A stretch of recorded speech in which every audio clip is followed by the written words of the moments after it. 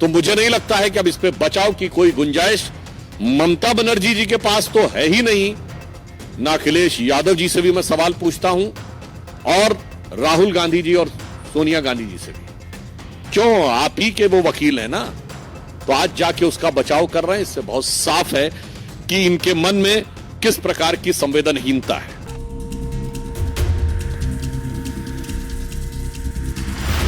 कि तृणमूल कांग्रेस की सरकार तो पूरी निर्लज्जता के साथ अपराधियों को संरक्षण और पोषण देने में तो लगी हुई है, परंतु इंडी गठबंधन का किरदार भी साफ हो गया।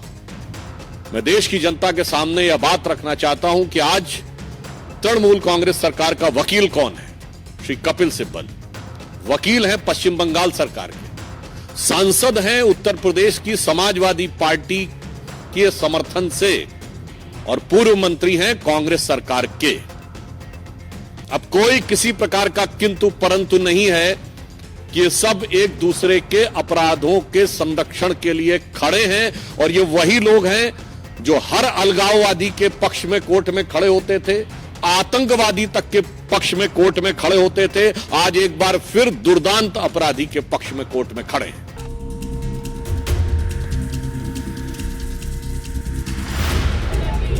कि संविधान कितने बड़े खतरे में है आज पश्चिम बंगाल में। आप कल्पना करिए कि यदि इनकी कहीं सरकार होती केंद्र में तो उंगली तोड़ दी जाती।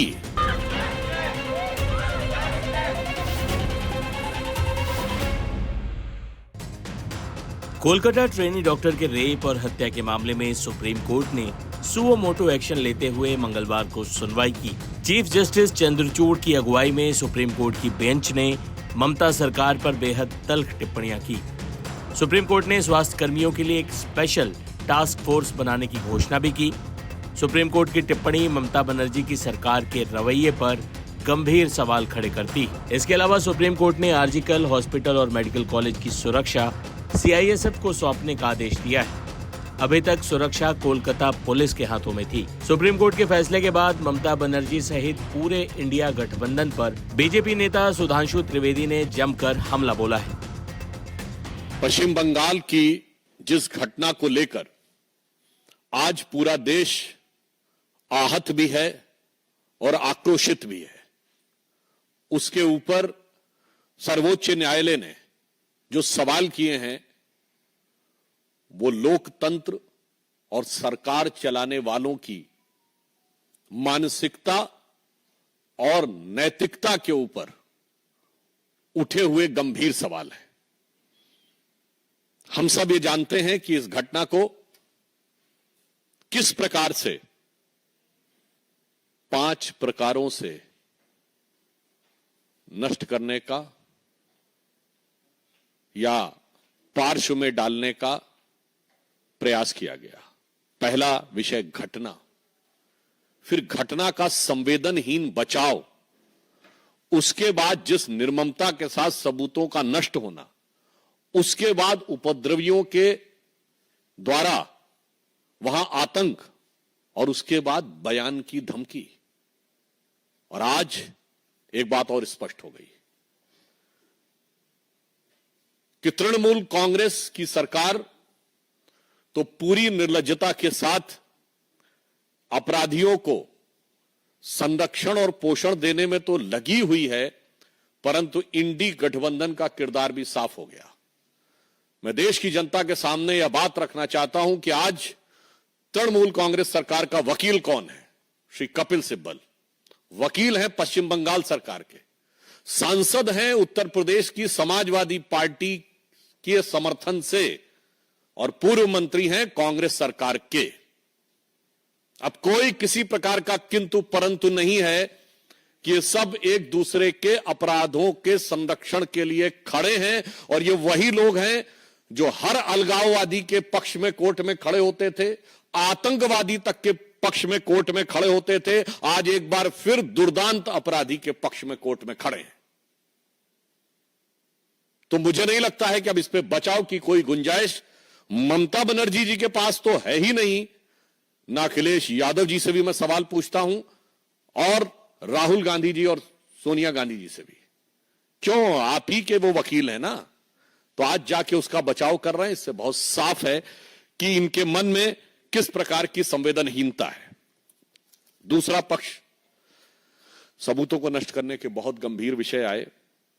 न्यायालय ने इस विषय के ऊपर बहुत सारे सवाल खड़े किए हैं, परंतु दो विषय आज न्यायालय ने जिस प्रकार केंद्रीय सुरक्षा बलों को उस कॉलेज की सुरक्षा देने का निर्णय लिया है, इससे बहुत साफ हो जाता है कि पश्चिम बंगाल की सरकार और कोलकाता पुलिस की जो नैतिक आधार था वो स्वतः ध्वस्त हो गया। दूसरा जो एक नया पक्ष प्रकाश में आया है कि पीड़िता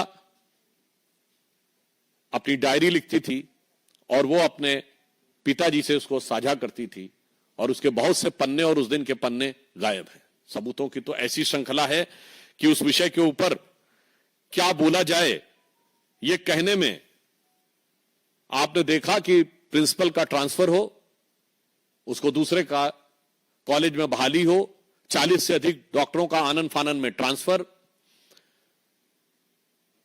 पीड़िता के शव को सौंपने के कई घंटे बाद एफआईआर, समय से पहले उसे जला देना, डायरेक्टर से पूछताछ न करना, और उससे अधिक गंभीर बात, जो प्रश्न पूछ रहा है उसके ऊपर कार्रवाई हो रही है। मैं एक नैतिक सवाल भी पूछना चाहता हूं कि सोशल मीडिया या वक्तव्य में यदि कोई भी व्यक्ति बयान दे देगा, सर्वोच्च न्यायालय ने इसका भी संज्ञान लिया है, तो जिस प्रकार से कार्रवाई आवश्यकता थी कि कठोर कार्रवाई यह सरकार करती उन लोगों के विरुद्ध जिन्होंने यह कार्य किया था, उल्टे कार्रवाई उन पे हो रही है जो कि इंसाफ की मांग उठा रहे हैं। चाहे 23 वर्षीय पॉलिटेक्निक की छात्रा सागनिका लाहा ने इस घटना को लेकर सरकार पे हमला किया तो उसको गिरफ्तार करने की कार्रवाई कर दी गई। भवानीपुर में एक छात्रा ने यह विषय को उठाया तो पश्चिम बंगाल सरकार ने उसे गिरफ्तार कर लिया, 18 वर्षीय छात्रा कीर्ति शर्मा को। पीड़िता के माता पिता ने भी बयान दिया, और तो और तृणमूल कांग्रेस के शांतनु सेन ने कॉलेज के खिलाफ बोला तो ऐसी जानकारी आई कि उन्हें प्रवक्ता पद से हटा दिया गया, और तो और स्वयं उनके सांसद सुखेंदु शेखर ने जब यह प्रश्न उठाया तो उनसे पुलिस जवाब तलब करने लगी। हमारे सांसद से कर रही है, वो तो उनकी प्रवृत्ति हमेशा से पता है, पर आप सोचिए कि अपने सांसद और अपने नेताओं पर भी कार्रवाई कर रही है। एक बहुत बड़ा सवाल उठता है। यह दर्शाता है, मैं देश के लोगों से कहना चाहता हूं कि इस बात को सोचिए कि इन पे तो कार्रवाई कर रही है, और उससे अधिक दुखद और दुर्दांत बयान उनके नेता दे रहे हैं। यदि उनके मंत्री उदयन गुहा ये बोलते हैं कि ममता जी की तरफ जो उंगली उठेगी तो वो उंगली तोड़ दी जाएगी, तो कोई ऐसा बयान देता है कि जो पीड़ित और आहत डॉक्टर हैं वो अपने गर्लफ्रेंड और बॉयफ्रेंड के साथ घूमने के लिए वहां बैठे हैं, तो उनके एक सांसद अरूप चक्रवर्ती इस ढंग का बयान देते हैं कि परिणाम भुगतना पड़ेगा। मैं देश के लोगों से पीड़ा और गंभीरता के साथ अपनी पार्टी की तरफ से कहना चाहता हूं कि आप सोचिए कि संविधान कितने बड़े खतरे में है आज पश्चिम बंगाल में। आप कल्पना करिए कि यदि इनकी कहीं सरकार होती केंद्र में तो उंगली तोड़ दी जाती, जो इनके मंत्री ने कहा है, उदयन गुहा ने, जो संदीप चक्रवर्ती ने, अरूप चक्रवर्ती ने कहा है, तो परिणाम भुगता दिया होता। आज सर्वोच्च न्यायालय और केंद्रीय बलों के हस्तक्षेप के बाद यह स्थिति है, तो मैं यह बात जिम्मेदारी के साथ कहना चाहता हूं। और आप देख रहे हैं कि इंडी गठबंधन के दलों में जो दुरभिसंधि है कि कांग्रेस के पुराने नेता, सपा के वर्तमान सांसद, सपा के समर्थन से बने वर्तमान सांसद तृणमूल कांग्रेस के वकील हैं, जिनकी ख्याति अपराधियों और अलगाववादियों का समर्थन करने की है। अर्थात अब बहुत साफ हो गया है कि संविधान इंडी गठबंधन की सरकारों में खतरे में है, और सिर्फ संविधान ही नहीं खतरे में है, जान और जहान भी खतरे में है, और मान सम्मान भी खतरे में है। परंतु हम यह आश्वस्त करना चाहते हैं कि केंद्र सरकार कोई कोर कसर उठाकर नहीं रखेगी कि पीड़ित परिवार को न्याय सुनिश्चित हो सके। और इसके लिए चूंकि सर्वोच्च न्यायालय ने स्वतः संज्ञान ले लिया है, तो जो कानूनी प्रक्रिया है वो तो न्यायालय के दिशा निर्देश में चलेगी।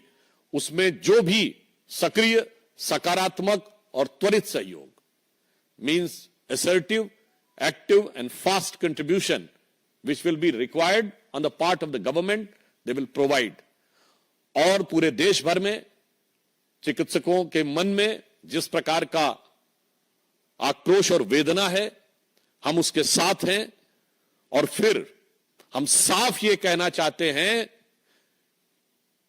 कि राहुल गांधी जी, ये मोहब्बत की दुकान में कैसे कैसे नफरती सामान है। आप सोचिए, उत्तर प्रदेश के कन्नौज से लेके कोलकाता तक जो कुछ हो रहा है, यदि इनकी किसी कारणवश केंद्र में सरकार होती तो दृश्य कितना खौफनाक होता। तो मैं उन लोगों से के प्रति संवेदना व्यक्त करते हुए पीड़ित परिवारों की तरफ से कहना चाहूंगा, ममता बनर्जी जी की सरकार को, जिसने निर्ममता की समस्त सीमाएं पार कर दी हैं, कि फिर उन निराश नयनों को जिनके आंसू सूखे हैं, देखो उन निराश नयनों को जिनके आंसू सूखे हैं, जो न्याय हेतु अभी तक पथ देखते हुए रूखे हैं। धन्यवाद।